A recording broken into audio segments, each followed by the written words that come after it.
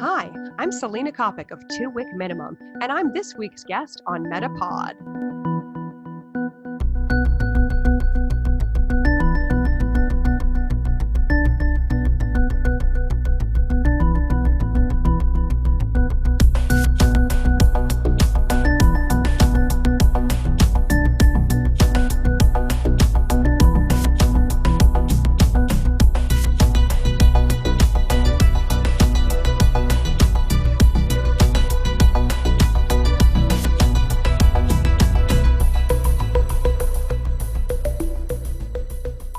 Greetings, listeners, and greetings to you, Wendy.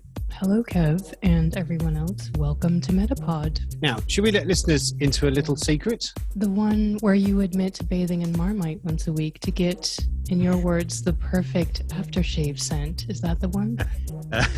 The plan was actually to save that one for another time, but I guess that part of my hygiene routine is now in the public domain. So, yeah, thanks, Wendy. Anytime. Right, we're actually recording this just a few days before we finally meet in person for the first time since we started Meta. This is true. In fact, we've only met one other time at a trade show for our day jobs, and it was like for 30 seconds. Yeah, well, all I say is look how far we've come, and literally, as you'll actually be coming over from Amsterdam to London in a few days. So, hurrah for that. But more about the trip in the next episode, as we're doing something very exciting that relates to a friend of the podcast from earlier this year.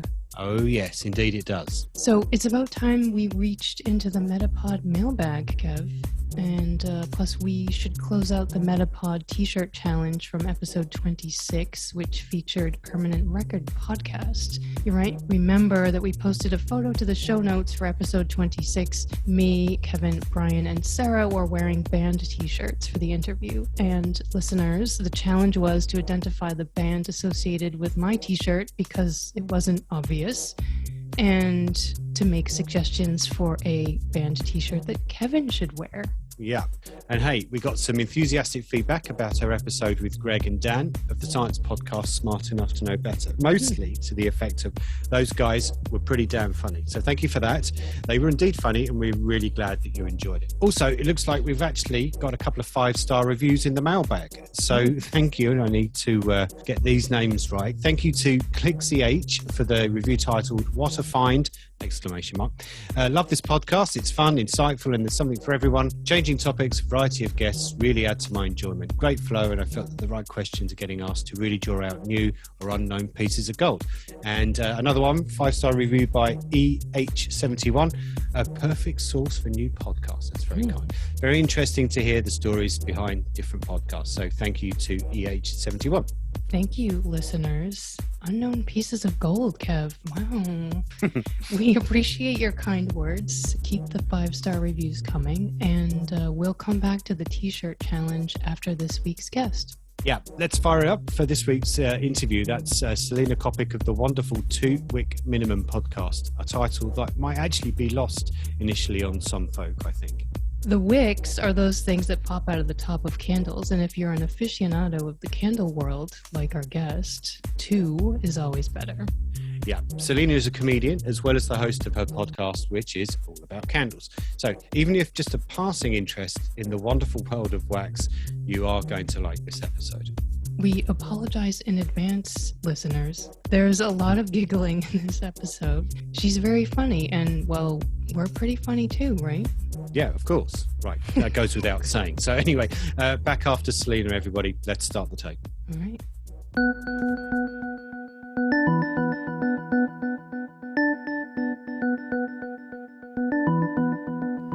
Selena Coppock, thank you so much for joining us as our guest on this week's MetaPod. Thank you. Yes, thank you so much, Kevin and Wendy. It's so exciting to be here, and I'm very excited to chat candles with you guys. Okay, right. We've listened to a lot of your episodes. I think probably all of them between the pair of us over the last couple of weeks. Oh, thank you. Traditionally, you always start off with the same question. So I'm going to show a distinct lack of creativity here and ask you the same question.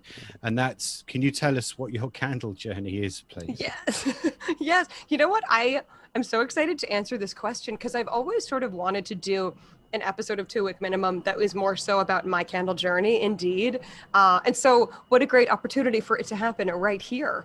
Yeah, I would say it's funny. Growing up, I grew up in the suburbs of Boston, and candles were sort of off limits. Well, I mean, it's one of those things where when you grow up with a bunch of siblings, I have two older sisters, and there was a sense of like, oh gosh, any type of flame, you're gonna burn down the house. I think there was a lot of anxiety surrounding candles.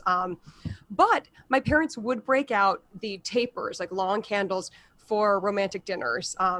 And they actually, bless their hearts, they used to have every Friday, they would have a romantic dinner in the dining room with candles, more adult food, like, while the three of us kids would be like running around or going to do sports or, school events. So definitely, I always associated candles with more so like dining and just really just long tapers, not so much like the short sort of scented ones. But also this was, the 80s, 90s. So I think that the scented candle industry, at least like I wasn't as aware of it. And I think that, a lot of people, their first exposure to scented candles might be, at least in the States, it's like Yankee Candle and the Mall, sometimes it's pretty like heavy handed scents that are like pretty yucky. I mean, there are some Yankee candles I do love. Like, I don't mean to totally trash Yankee, but we'll get into that. All right. Yes, please. But yeah, I think that, I think there was always this sense that any type of scented candle was sort of trash. But I did have, when I was in high school, it was 1994 till 1998. And I remember I had some friends, we'd listen to a lot of Pearl Jam and Soundgarden and burn candles and that, just like as sort of a teen rebellion type thing. And, always just crappy candles that we'd purchased at like Spencer's Gifts in the mall, which is like extremely D-list. But yes, so I feel like my candle journey started off quite humbly, and then in college, I was more exposed to Yankee Candle. Like I went to college in upstate New York when the local mall, I mean, you're lucky if you have a Yankee Candle. Like that's what I'm, And so then I was like, oh, okay, there are some scents out there, like a nice apple or like a fresh pumpkin apple type thing, like some fall scents I got more into. And then it was really after college that I discovered like the world of luxury high-end candles like Voluspa, and like stores like Anthropology that sell that kind of thing. And even like just, fancy stores like Henry Bendel or Barney's, like that will sell really nice candles and really sophisticated scents. So I think I've sort of created a monster out of myself because I think I started pretty easy breezy with just like unscented tapers, nice and easy. And now I'm like, give me a triple wick that's like a drum that costs $70 and that's my dream. The question is your candle journey. Now, if you focus on the word journey, why do you sense that candleheads, as you call them in the podcast, have a journey? And I'm using my fingers for inverted commas here for people listening. But you know what I mean? Why is it a journey? Well, because I think often when you're young, your exposure to candles might be sort of tainted, or it might come out in one way. And then as you get older, I think most people do come to candles eventually. I have like one friend who still maintains a real anxiety about lighting her place on fire. But yeah, I do feel like people evolve into it. And I venture that everyone has a candle journey. Like I've had friends be like, oh, I could never do your podcast, Selena. I don't have a candle journey. And I'm like, everyone does, which I know is so silly and pathetic. But even having no exposure to candles is a journey, like perhaps you didn't find them until you, I don't know, got married and your partner was like, oh, I'm really into candles. And then you discovered them, so, it's like, I mean, it also sort of reminds me of, I love watching terrible dating TV shows such as The Bachelor and The Bachelorette.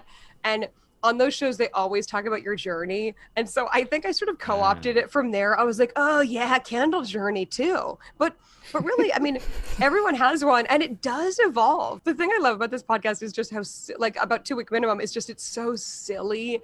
And I sort of feel like kicking off every episode with that, like with an earnest question about your candle journey. To me, it just really like kicks it off at a silly note, which I think is so fun. So we've got the earnest question out of the way. So right now we can get on with the other stuff, Wendy, right? Well, I'm just wondering where the candle journey fits in the scent journey or someone's personal scent profile. Yes. If Wendy, we could play with a little bit of logic here.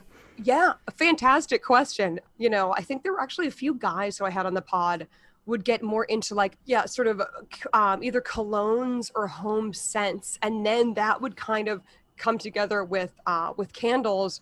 And I know, I mean, I've talked on the pod about how I am a lover of perfumes. Like, I mean, to the point that sometimes I worry, you know, have you ever put on too much perfume and then you're like, I've lost all sense of, did I just blow out my nose? Like, I don't know if I have too much on. Am I going to Usually get at on an the airport. Yes. Yeah. Or on the subway. Like, I worry about sometimes getting on the subway and not realizing like I'm that person that people tweet about that's like, oh, this lady, you know, but I think I smell great, you know? But yeah, I think that those two really dovetail because I know like I love fresh scents that are very light and kind of ocean inspired. And that's what I've always worn, you know, in adulthood, that's what I wear perfume wise. And that's also what I love candle wise. So I think the two are definitely connected. And yeah, I think one can kind of lead to another because, you know, when you're young, you know, you're exposed to like body sprays, especially as like, you know, a teenage girl. It just seems like, you know, any CVS or Walgreens or any type of store, you know, Boots, like anything, you know, you're like, oh, there's cool scented lotions and scented body sprays. And I do feel like a candle is just a step further in that. And maybe it's part of having your own pocket money, you know, and like, okay, it's exciting when you're young to have body spray and stuff like that. And the candle, it's like, it's that scent, but there's like no real purpose, you know? So it's like, you got to have more spending money to spend your money on a little lit thing that will simply sit there. Like, this isn't useful. This does nothing. Like, I mean, I love it, but it definitely shows that you have extra money. So obviously you're a proponent of the 2 wick candles. So it's not just one wick that you're sitting back and lighting up and watching burn away. It's 2. Yup. Can you make the case for the 2 wicks to us single wickers out here? Oh my gosh. I love you guys both. You're delights. Well, I mean, you know what? I do think there is a time and a place for a single wick, and don't tell my entire audience because I know I've built my brand on 2 wick minimum. But I do think there is space for a single wick. For example, in a travel candle, the thing that's good about a single wick is it sort of limits the throw. And, you know, and throw, if you're not a candle head, just for your listeners, I'm sure you guys know all this, but throw is just sort of the sense, what's the word I'm looking for? The sense exposure or the amount that it's that I can go in the other room and smell it. Yeah, exactly. I mean, exactly. Like if there's a big throw, then it's like dominating your entire place. And if there's a small throw, and so for example, like a single wick would be, usually it has kind of a smaller throw. So for example, I usually use a single wick in my bathroom just because it's a smaller spot. Like I wouldn't want to waste a good triple wick in the bathroom. It just feels like a waste. Like a triple wick. Why? Come on, tell us why. Oh, well, because you have such the scent is intended, if with a triple wick, you have sort of 3 times the scent diffusion. So the reason you have more wicks is because you have more space to fill with the scent. And so for example, if you have a small bathroom, like that's why I would use a single wick, because to use 3 or 4 wicks in a small bathroom, like you might end up feeling like you have a pocket of like eucalyptus, you know, and I love eucalyptus, but like not everyone loves a seriously scented bathroom. So you want to rock, I would say, a single wick in a bathroom, but then, you know, double wick, triple wick, that is more in a shared space because it has so much to fill. So you really need all those wicks cranking their engines, their metaphor, you know, and sharing and throwing their scent out there. And, you know, like you'll see a lot of travel candles that are like in a little tin, which I think is really charming. And that it does, you know, I mean, it's perfect because it travels so nicely. And I love a lid on a candle. So 2 wick minimum, I'm willing to admit that there is room in the candle world for a single wick as well. So you've interviewed 19, 20 or so guests, something like that. Have you discovered along the course of your interviews that there are common characteristics of candleheads? Yes. I feel like there's a few trends. There's one where if you grew up in a no candle home, you got into candles as rebellion. And I feel like that's a through line of a couple of my guests, you know, where they were like, fire, you know, like just, you know, they were excited to be breaking rules. And then also, but the other side of that coin is there are people who really grew up in candle houses, indoctrinated into it from, like, I know my friend David Hodorowski, his mother, who's passed away, she introduced him to candles, and like he has some of her candles still, and like that's really meaningful. Yeah, and I know, oh gosh, my sweet friend, where was it? Oh, Jeremy Glass. He, bless his heart, he was like really into candles from a young age, and his parents were super like sensitive and thoughtful, and we're like, okay, we want you to explore this hobby of yours, and you know, like, and so he's like a sixth grader, like lighting candles alone in his bedroom, which I feel like most parents would be like, no. But yeah, that's pretty young to be dabbling in candles. I know, yeah, and especially like co-signed by your parents, it is surprising. So another question then, let me change tack a little bit. You've said a couple of times that candles are a luxury item, and you kind of referenced it before. Mm-hmm. Is that purely because of cost, or do you think it's maybe a kind of a cultural or a lifestyle decision as well, which makes them a luxury item? That's a great question, because I do think it is sort of two-pronged. Like, I tend to think that if you are aware enough of like self-care, ambiance, and the environment of your home, you probably aren't working 3 jobs and like running one place to a next. I mean, perhaps you are, you know, but I think of it as a luxury item because to me, it's really about having time for relaxation, for, you know, decompressing, maybe for taking a bath, maybe for sitting feet up, reading a book or having a glass of wine, like all things that to me are a little bit upper middle class and higher. You know what I mean? That's fair. Yeah. Do you think that's changed? Sorry to interrupt. So do you think that's changed or changing just because where I am in the UK, I would say that I can't believe I am saying this, the profile of candles has gotten a little bigger in recent years. Yeah. And there may be other people that are listening to this saying, what an idiot. But anyway, I'll go with my theory. I sense that the profile of candles has been raised over the last few years, and I wonder what the reason for that might be. No, I do. I tend to agree. And actually, I think that I was sort of oversimplifying things in my last remark, like, because I know of families that are very blue collar, and they will light a Yankee candle and they'll put it on the stove, and it gives like a nice, you know, Christmas time scent or something. I guess I just think about the actual idea of a candle itself is, to me, that's very luxurious because it doesn't provide anything other than scent and a nice flicker. You know, like it does feel sort of indulgent because like this isn't actually going to be a heat source. This, you know, I mean, it's not like spending money on wood for the fireplace or on, you know, food for the table. Like this is sort of a luxury in that it strictly, you know, sort of ornamental and just for kind of for enjoyment. But I think there is a real candle. I agree. I think candles have the profile of candles is changing. And I think it's because like there's just so much money to be made in candles. And so I think that, you know, so many different, cosmetics companies, they're releasing a candle, or like Tom Ford is also doing a candle, or, you know, like high-end luxury brands are throwing a candle into their offerings too. You know, I just feel like you have so many of these offerings, you know, of these, it's just in so many spaces now. What about candle accessories? I mean, talk about luxury. You can buy lampshades, warmers, wick trimmers, maybe cozies, you name it, for your candles, particularly those people who are into the Yankee Candle camp, and I'd say maybe especially the people in the UK who are in the, not Kevin, but I mean, what for the record, I'm a very anti-candle shade person. Oh, agreed. Sorry, Wendy, please carry on. Yeah. Kevin won't even keep the labels on his Yankee candles. Really? Do you take them off to try to make them seem more luxury, or like they're from somewhere else? I just don't like labels on things.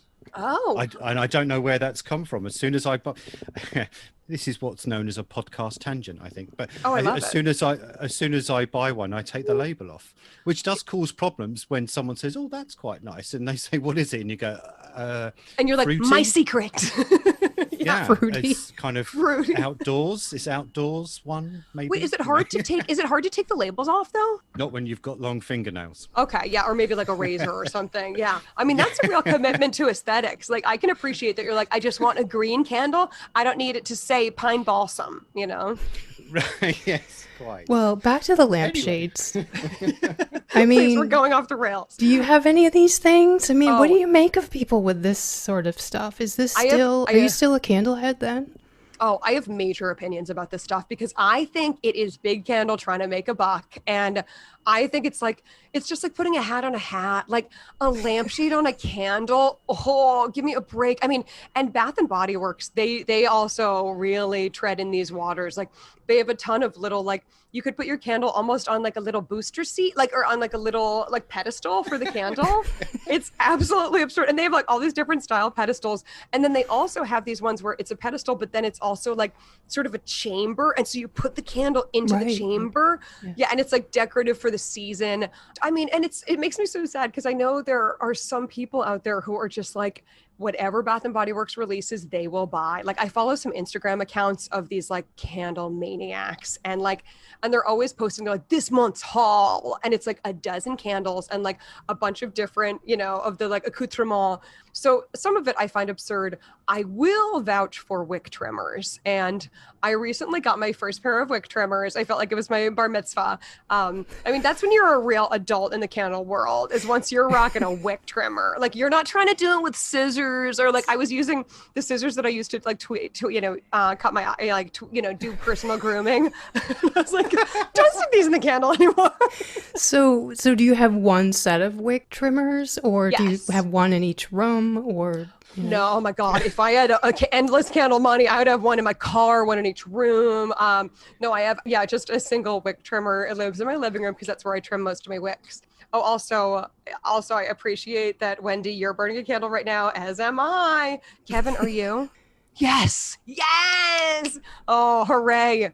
Oh, that's a nice one. I wish I could tell what brand it is, or what. No idea what scent it is.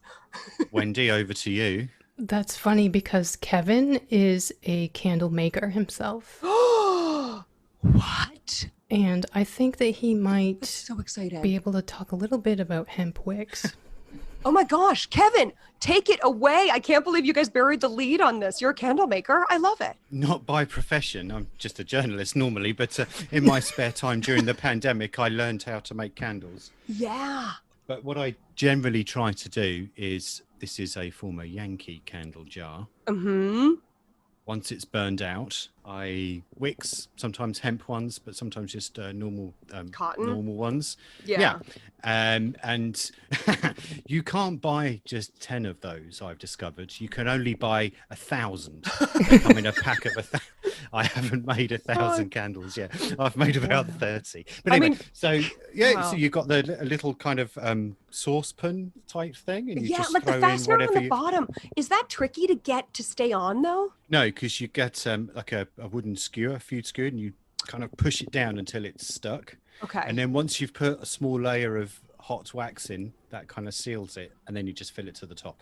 So this interview isn't supposed to be about me. Hey, sorry, man. This is the subset of the Kevin made candle technique here. I am loving this so much.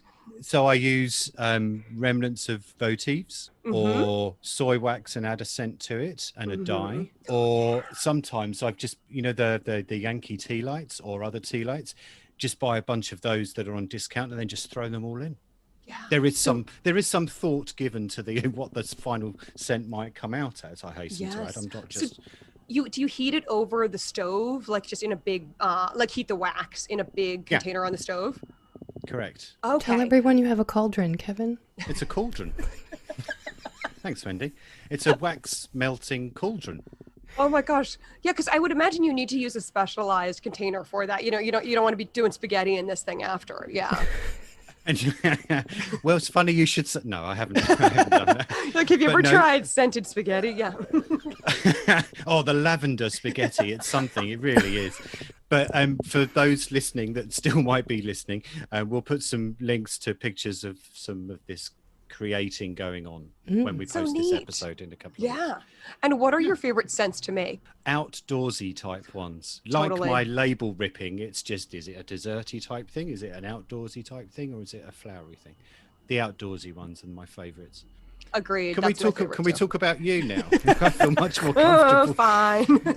Well, here's a question. You've talked about Yankee and Bath and Body Works as being the on-ramp to candle life. Now, I want to know if there's an off-ramp to candle life, and where does it go? That is a great question. I mean, I sometimes wonder if the off-ramp would be if you get to a certain level of spending on candles. I mean, I'm often stunned by, for example, the brand Diptyque. I mean, the really high, or Joe Malone, like there's some really pricey high-end ones. And I just wonder, like, I mean, yeah, I think once you get to that level of candle spending, like, I mean, and actually, I don't think I put Boy Smells in that category. I think Boy Smells is like luxury and up there, but not quite at the level of Joe Malone. But yeah, I wonder, like, I think you kind of have to stay there. You know, it's one of those things where, like, once you go up, it's got to be hard to bring the candle quality back down. You know, if you're used to like rocking a Joe Malone, or I mean, my all-time favorite is Voluspa. I also think, like, for example, like, so I during the pandemic lockdown, you know, I was here in New York. I was in my apartment. I was whipping through candles, just burning them, you know, all the time because I was always home. And I burned a ton of my beloved Voluspa, my all-time favorite, Casa Pacifica. It's a really like ocean scent, fresh, salty Pacific Ocean. Like, oh, that's my jam. Then I got like, you know, once stores reopened, I went to TJ, I think it was TJ Maxx or Marshall's, one of the, you know, sort of discount stores. And their candle section is sheer chaos. Like, it's just like a dump of candles. No one's organized it. Absolutely chaos reigns.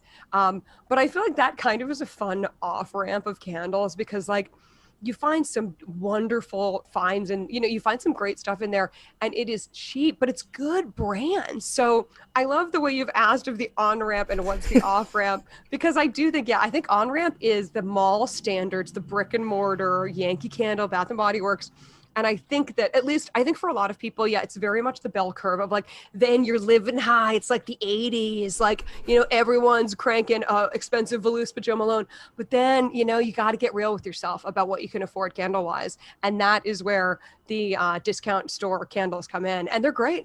You're from New England. I'm assuming you grew up there. And obviously, Yes. Yankee is a New England brand. Yes. You've called it fussy in your podcast. Can you explain? Kevin, my apologies because you're reusing these, but I find sometimes their jars are just so like, I mean, I love that you're reusing a vessel because that is so important from a, you know, green perspective. And, you know, because I hate the wastefulness of some of this type of, you know, home scent stuff. So I think it's so important to reuse vessels when you can. Yeah, I think because of, you know, growing up in the 80s, and, you know, seeing Yankee Candle, it was very almost Crabtree and Evelyn-ish, you know, of like a lot of rose scents, a lot of sort of, yeah, like a damask rose, dusty rose. Like, I just associate that all with, yeah, a very like fussy, like, you know, floral arrangements, Laura Ashley dresses, throw pillows with poofs on them, lacy things, you know, like all of that comes to mind when I think of Yankee Candle, which I realize isn't completely true. I mean, they have so many offerings now. And, you know, one of my all-time favorites from there, which is Stormwatch, a great scent. It was discontinued. Now it's released once a year in the Return and Classic series. So yeah, usually I go in and buy like 3 to 4 at a time, just to have it. It's a great scent. Does that qualify as a Yankee haul? I think it does, indeed. Yeah, the phrase candle haul is so disgusting and hilarious. Well, Wendy, may I ask you, what are you burning right now? There is a story. I'm so glad you asked because this is a Voluspa. Oh, yeah. Is that how you say it? Yes. So I credit this to you, Selena. Oh my God. This is the Goji Taroko, whatever the heck that is, orange. Ooh, nice pick. I like really juicy citrus candles. I don't care so much for this red light district jar, but their jars are serious. Yeah. I must say, I searched for this brand when I heard you mention it, I don't know, 6 or 8 times on your podcast. I am like a broken record. I cannot believe they're not sending me kickbacks. I mean, like, I really would love to get some money from them. And I thought, oh, is this in the Capri Blue kind of range, you know, because I like that, the Volcano. Yes. And these are brands that are not really that known in Europe. In fact, it's pretty hard to get them. So I saw that they have a website here. I'm sorry you've already heard this story, Kevin, but I thought, oh, okay, I'll just give this a try. You know, if Selena likes it, it's undoubtedly going to be worth it. You know, it's only single wick, but, you know, just entry level, like, exactly. Yeah. This is your on-ramp. And then like the shipping was really expensive. I don't know where it was coming from. So I was like, kind of think about it. And then, I went to Anthropology the next day. And mind you, Anthropology in Amsterdam is not the same as Fifth Avenue near Union Square in New York City. But you can get some candles there. And that one was there. The exact one that I was looking for online. It was sitting there in Anthropology for an insane amount of money. And I just bought it. Yes. And I'm so glad I did. It? Do you like it? Yeah. It's amazing. Yes. Oh, when you say insane amount of money, what do you mean? 40 euros. Okay.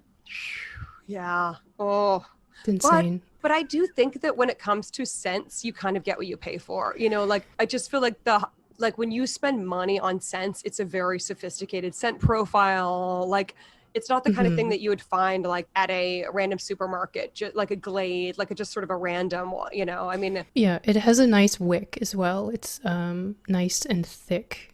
So, I can tell I've bought quality. Voluspa is fantastic. And yeah, there are single wick, those tall ones. I have one like that was, Baltic Amber. Yeah, it's really, I mean, it could be a weapon if you need it to be. I mean, it is a hulking piece of glass. I was just going to say that I think it's in the most recent episode when you're talking to your friend from Los Angeles and you're talking about the heftiness of the Yankee candles. And you said they could be like a weapon. Yeah. Like a murder weapon. They're so thick. Yeah, I just had visions of that, like Cluedo. It was Professor Plum in the bathroom with the Yankee lid. Yeah, with the linen Yankee candle. Yeah, I know. I think that's one thing that I find a little bit difficult. Yeah, about the about Yankee Candle is like especially the full size glass jars. They're just like so hulking, and sometimes there is a space for that, but I don't know. I think you also need to mix it up with sizes too, which is why I think tapers can be fun. Like I think the trend now seems to be these sort of jar candles, and it's usually a little bit like, I just think taper is such a fun, unique, it's just fun to play with heights, especially like I love, like I used to host a lot of dinner parties at my old apartment and I hope to here, as people are more and more social. But yeah, it's fun to play with heights and candles. And, so you have some tapers, some like super low votive, some medium sized ones, like there's room for all at the table, metaphorically and literally. You said in an earlier answer, you said big candle. Were you saying that in the same way about big pharma, big tobacco? Yes, exactly. Okay, so, which is often seen as being a negative thing. So does that mean you have slightly negative opinions on big candle, as it were? I sort of do. I mean, I like to joke around that, like sort of all the extra bells and whistles and accessories, are, I mean, and it usually is Bath and Body Works and Yankee knowing like, our people will buy anything. So we can make kind of junky, not necessarily junky, but sort of these extra products and they will get snapped up. And it's sort of how I feel about, and I remember I talked about this, I think in like episode 1 or 2, it's going way back. I think it was episode 2. Are you guys familiar with those weird things where you put a scent round on a little tray and you put a candle underneath it and you kind of like, and the scent comes out of the little like wafer scent, but the candle heats it up? I mean, no. It is the most bizarre thing because it's basically taking a scented candle and breaking it into 2 pieces and then having them operate separately. Like it strikes me as so unnecessary. And that's odd. Yeah. It's bizarre. I mean, also I would find it a little bit dangerous because like, well, now you have to have a few more pieces of equipment kind of, and one is heating up another, like just burn a candle. I don't understand, it's a very strange thing. In episode 2 of my pod, we talk about this and how, our theory was like, it just seemed like Big Candle kind of trying to make a buck because, just by trying to sell more products. And it's like, okay, so you took the product, which is a scented candle, and you broke it into scent and candle, and you're also trying to sell that. Like, it just strikes me as very unnecessary, but just sort of a money grab. What are some of the biggest controversies in the candle community? Oh, I'm glad you asked. Because honestly, I'm evolving on my views of this, but I would say the biggest controversy is a really sweet vanilla scent. Because I find that there's like 2 sides of the story on that one. Like I do think, like Kevin, you mapped it out nicely. Sort of the split scent wise is like floral, outdoors, food, cooking stuff, to paint with broad strokes. That's kind of like 3 different scent categories. And the food cooking stuff has never appealed to me. Like it's always just, I don't know, felt kind of yucky because also to me, it ends up being very sweet, and often it's very like gingerbread or vanilla and stuff where I'm like, I would rather have that actually cooking in my home than to just have the scent of it, but like you don't actually have the thing. But I mean, there are some people out there who they love a sticky sweet vanilla. Like they love it, love it, love it. And I must admit, I used to trash those people. Like I used to be like, you're a garbage can. Like I I mean, I'm sorry. That's quite an extreme reaction. Well, that's also my favorite thing about Two Wick Minimum is that like it is the absolutely silliest topic and it's fun to kind of take it so seriously, you know. But so back to vanilla candles, yeah. I mean, the people who burn vanilla candles are they're doing Satan's handiwork. But now, you know, I've kind of opened myself up to it because I must admit, a vanilla bean scent, like a sort of complex scent that is vanilla, but it's not frosting vanilla. It's like, you know, a vanilla bean. I got one of those from Henry Bendel a few years ago, and it was absolutely dreamy. It was absolutely gorgeous. So now I am more open to vanilla, but I do think it's a pretty contentious issue within the candle community. How would you react if someone buys you a candle? They think they're being kind and friendly, and they buy you a candle and you absolutely despise it, perhaps like a frosty vanilla. Would you just say, oh, thanks ever so much, and just put it in a drawer in the kitchen and hope they forget about it? Or, you know, do you just light it up to be polite and just take a deep breath for the rest of the evening? It's funny you mentioned that because that story actually unfolded one time where a friend, I think I'd released season 1 of Two Wick Minimum, so 10 episodes. And, you know, I pull no punches that I don't like a frosted vanilla. And my friend, who I adore, I love her so, but for my birthday, she got me a frosted vanilla candle. And I don't think she was being like funny or smart, you know, like I think she didn't realize, like, but it's funny because she'd always claimed that she loved my podcast, but it was clear she'd never listened to it. You know, I was like, if you'd even, we know that feeling. Kevin. Oh God. But oh God, I listened to one of your apps. Am I in the hot seat here or no? Are you ragging on someone other than me? No. Okay, good. Phew. No, I was like, no. Okay, gotcha. No. But yeah, it just made me laugh because I was like, I'd released 10 episodes by that point, and not, you know, and I don't expect her to listen to it. No one has to listen to my podcast. In fact, very few people do. I appreciate you guys tuning in, but it just made me laugh so hard because she like gave it to me, and I was like, thanks. And I just haven't burned it yet. And it's funny because I was gonna leave it. You know, we leave a lot of stuff out on the streets, and people will take it. You know, like, and so I was gonna just leave it on my stoop the other day. And because thankfully, yeah, like I just knew she wouldn't come by my stoop and see it. I mean, wouldn't that be hilarious though if it was just like in a giveaway pile and she happened to walk by? But no, my boyfriend was like, you know what? He was like, Selena, at Christmas time, we might even want to dip a toe in this frosted vanilla scent. Which I was like, oh God, who have you become? But I don't know. I mean, maybe we would at Christmas time. So we held on to it. I'm gonna see it if I can give it, you know, the college try at Christmas time. Maybe we would. But you know what's the tricky thing is, like, the first time you burn a new candle, you have to, it doesn't tunnel, you have to burn it all the way to the edge, you know? I just feel like anytime you light a new candle, like you're really going into a relationship with that candle. And I just worry that we would light that candle, we'd have it lit for an hour, and then we'd be like, huh, it's terrible. But then we'd blow it out, and then we'd leave it on the stoop, and it would be tunneled for someone else, you know, and they probably wouldn't know how to fix the tunnel. I need to have healthier boundaries and not worry about the theoretical person who might take my candle off my stoop. Yeah, but it could be a candle maker like Kevin, and he could put it to good use. That's true. Melt it right down. How do you feel about patchouli? Oh.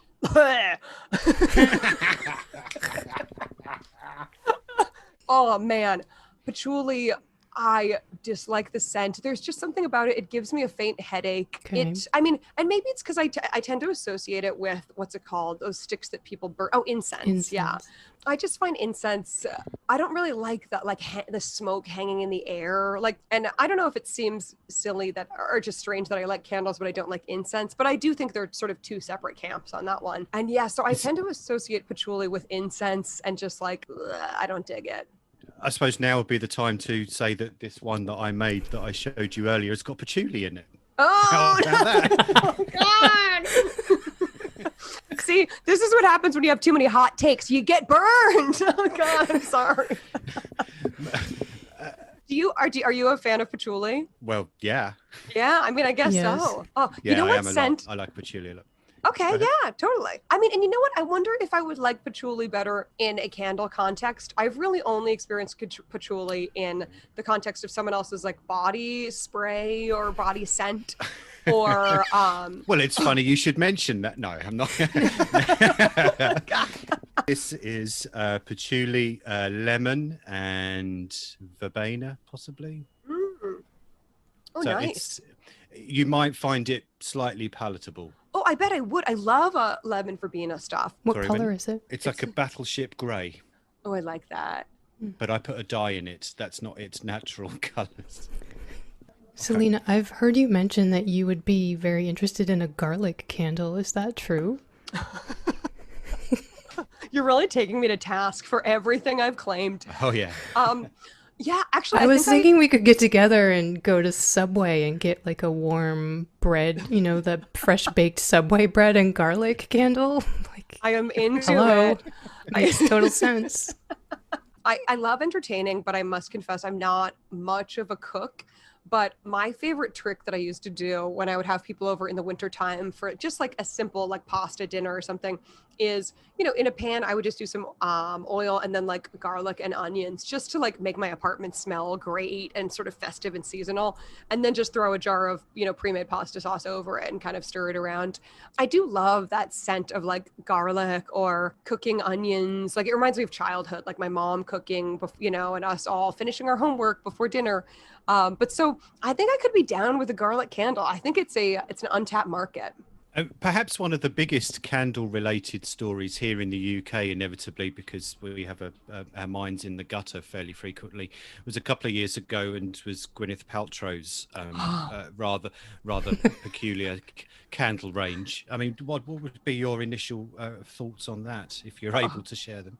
I know. I remember when that burst on the scene. I was just like, oh, I mean, if nothing else, she's good at getting attention to her to that product. Like I was like, wow, okay, that's a way to make sure that this gets some attention. And actually, it reminds me of, there's a lot of places in the States that like around April Fool's Day, they'll release like fake candle flavors. Like I think Taco Bell was like, we're releasing a candle line, and it was like beef, lettuce, like ketchup, you know, like just like, and it was like just a big joke. Yeah.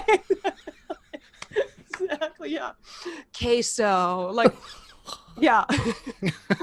I mean, I think it's all just a big joke, but it's just a really funny way to like do an April Fool's thing. No one gets hurt. It's silly and fun. Well, and I never smelled that Gwyneth candle, but I did hear that it was a pretty good scent, which like, okay. Yeah, I think we've got ourselves an awkward silence all of a sudden. Define pretty good. Anyway, okay, we're coming towards the end, unfortunately, Celine. So we thought we would do a quick fire round. Yes, please. Okay, we're going to take it in turns here, if that works okay at our end. So you're stuck on a desert island.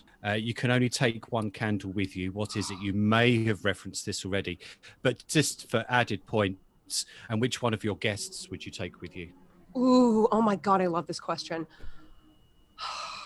Ooh, toughie.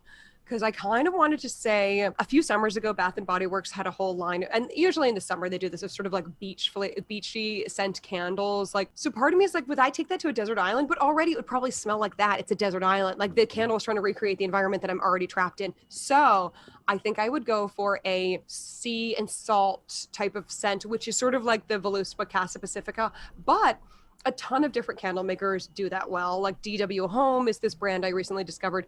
They do a great one of that type. Like I would love, sort of an ocean scent. And I think I would bring with me my friend Erin Leaf, who has been on the podcast twice. She's the only person who's on the podcast twice. She was my second guest ever. And then we did a pine balsam roundup. She's a candle friend. And I think she'd be fun to have on the beach. Okay. Name your scent for a party candle. Oh my gosh. This is a great question. What time of year is the party? Does it matter? October. Oh, okay. Yeah, because you know what? I'm a big believer in like the seasonal candle. So I feel like for an October party, just low key, if it was like a party at my apartment, friends coming over, I feel like I would do a pumpkin apple, like a nice seasonal thing. And then who would I have at the party? Or no, just No, Okay. just the sun. Okay, Just the candle. we don't care about any of your People. friends. It's fine. yeah, humans? No, humans don't exist in the candle world. My own private party. So a date night candle. What scent? Ooh, I think you want something a little bit masculine. I would, just so like we can both enjoy. I might go with these candles I discovered that are each is like a different scent of a national park, and it's a really nice outdoorsy scent. Yeah, they have one that is it's Good and Well Company actually is what they're called. They're really fantastic, and they have one that's sort of it's a little bit lemony but a little bit piney, like, so I guess it's sort of a pine outdoorsy thing, but it's got a little bit of a kind of a citrus spice to it. So I think I would do that. A candle for working. Ooh, gosh, that's a real toughie. I wouldn't do a lavender because that is more for sleeping. So I think like, okay, let's think we want a scent that'll kind of like get us going. I might do something like I'm burning right now, which is a lemon bergamot. I recently discovered what the heck bergamot is. I always thought it was a spice. Turns out, no, it's like a citrus tree. It's like a cousin to lemon and orange. I realize I'm like citrus splaining right now, but I had never known what it was. I'd never known what it was. Like, I always was like, I think I like bergamot, but is there any way of knowing what it is? And then I Googled it, and turns out, yeah, it's like a cousin to the lime, and I love it. So I think that's nice for work because it kind of like wakes you up. Bergamot is in Earl Grey tea, I think. Yes. Yeah. I just discovered all of this. Okay, so under what circumstances would you not burn a candle? If it's too hot out, like recently in New York, it was like in the upper 90 degrees weather, and it's just too hot to have an open flame. Like I recently tweeted, and I really stand by this, that there are two types of weather in the world. There is beach weather and there is candle weather. And that's it, like, because if it's weather for the beach, if it's weather to be outside, if it's like really steamy hot, you don't want to burn a candle. If it's anything, if it's at all cool or crisp or freezing cold, it's candle weather. It's always candle weather, but except for if it's a day at the beach. If you had to wear a candle scent as a perfume forever, which one would you choose? Oh, it would be Casa Pacifica by Voluspa as a perfume, which is sort of what I do presently, because right now I do a mix of Cool Water Women, Dolce & Gabbana Light Blue, like all really ocean scents. So I feel like I'm already kind of there. So I would definitely rock some Voluspa Casa Pacifica. Okay, and last of all then, just some names. Name a scent for the following people. I'm assuming they've invited you to one of their dinner parties in October. So name a scent for the following people. Oprah Winfrey. Oh, I would do a classic rose. Lovely outdoors. I just feel like mature, nice. Tina Fey. Ooh, oh gosh.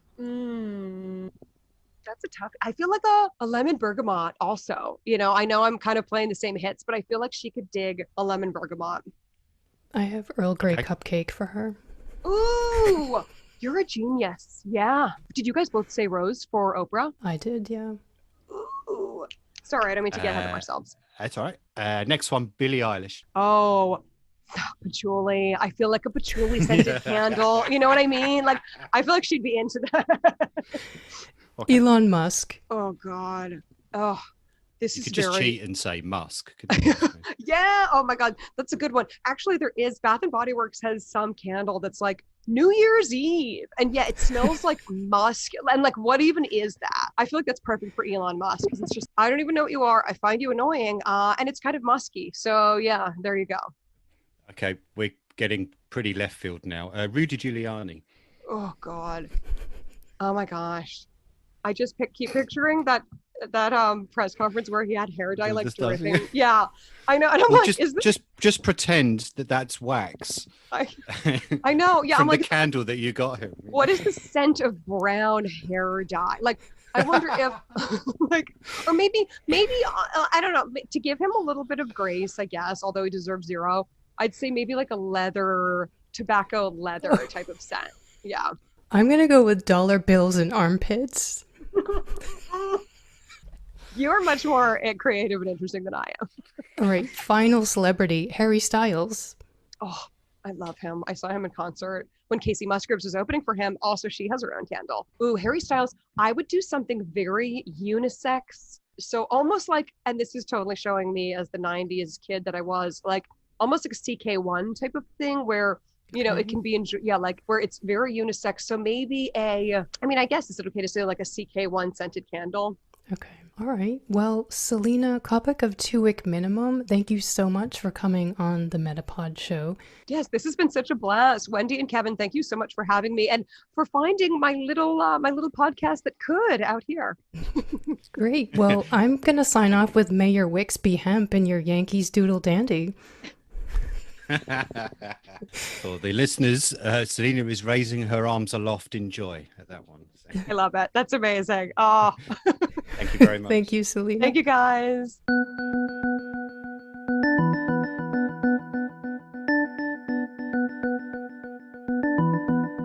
Thanks again to Selena for her hot takes on all things candles. We had a lot of fun.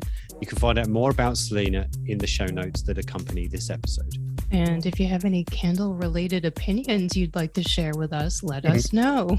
Tell us how much you love or hate patchouli or vanilla cupcake candles. Kev, patchouli, love it or hate it? Love it, obviously, as I said in the show. And vanilla cupcake? Bring it on. More the better. Okay. More the merrier. Okay, so let's wrap up the MetaPod t-shirt challenge. As we mentioned earlier, the t-shirt challenge went along with episode 26, featuring Brian and Sarah of the Permanent Record podcast. Listeners were asked to identify Wendy's t-shirt. Nobody guessed that correctly, but we received some very interesting suggestions. And people had some ideas for band t-shirts that you should wear, Kev. Right, okay. So you can go to our show notes for episode 26 to see the photo. But Wendy's t-shirt is purple and says weirdo in capital letters across the front. The guesses were Talking Heads, Scissor Sisters, and the one that obviously got the most votes, hundreds I think it was, Wendy is just a weirdo anyway. So the correct answer is actually the Charlatans. Now, while Wendy is a weirdo, as we just said, Weirdo is also a song by the Charlatans released in 1992 on their album Between 10th and 11th. The one with the banana on the cover. Exactly. Suggestions for you, Kev. These are the band t-shirts that people think you should wear. The Bangles. Oh. And obviously someone wants to hear me pronounce this one. Einstürzende Neubauten. Very good. Another one here is a Sweetest Perfection, I believe it is. Right, carry on. So, which one are you most likely to consider wearing? Bangles. Okay, and the Bangles on a scale of 1 to 10. What's your overall rating? Yeah, I mean, I'd wear the Bangles one to be ironic because the score I'd actually give them is probably a 1 or a 2. Dark memories of walking like an Egyptian at school discos in the 1980s. So yeah, definitely a 2. Sorry, Banglets. Oh, I think that's going to make one of our listeners really upset. I think he'll be okay. All right. Well, here's what's coming soon to the show. Follow us with your favorite podcast app if you haven't already, so these are ready to go for you when we publish them. Okay, so next time out, we talk to filmmaker and journalist Josh Baker about his work on I'm Not a Monster, which is a joint production of BBC Panorama and PBS Frontline in the US. It's the story of an American family that ends up in Syria fighting for ISIS. The family story is incredible, and Josh's 4-year journey to get the story, it really is quite something. We urge listeners to binge on his 10-episode podcast, please, over the next 2 weeks ahead of our interview with him. And another special podcast pioneer episode of MetaPod is coming your way, featuring Elsie Escobar. She's co-founder of She Podcasts, the largest community of women in podcasting. Elsie's a longtime podcaster. She started out with one of the very first yoga podcasts back in 2006 or so. She also works for one of the oldest podcast hosting companies, Libsyn. She's a real inspiration for those just getting started and learning to do all the things, as she likes to say. Okay, that's what's coming in September. Add us to your listening library wherever you download podcasts so that you have those ready to go for you on your next walk, run, candle testing session. That's about it for now. Thanks again for listening and for participating in the MetaPod t-shirt challenge. And we'll see you next time. And I'll see you very soon, Mr. May. Oh, yes, you will. Okay, see you next time. Bye. That's it for MetaPod this time. Thanks for listening. MetaPod will be back soon with another unpacking of the web's most interesting podcasts. But in the meantime, make sure to subscribe at any of the usual places you find your other favourite podcasts. We'd hate for you to miss upcoming episodes, and we'd love it if you left us a review. You can let us know what you think of this episode by going to metapodshow.com. We'll see you next time.